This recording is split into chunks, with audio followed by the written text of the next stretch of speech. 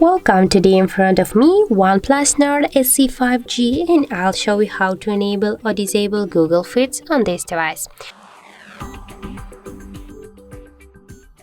In my case, the Google Feeds are activated, and just if you want to turn off this option, hold for a while your screen, and here you'll see the home settings.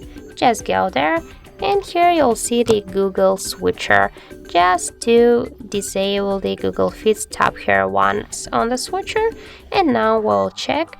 Yes, can you see we just turn off our Google Feeds, and if you want to just turn it on again, go back here to the home settings, and here tap again on the Google switcher, and as can you see right now we just activated again our Google Feeds.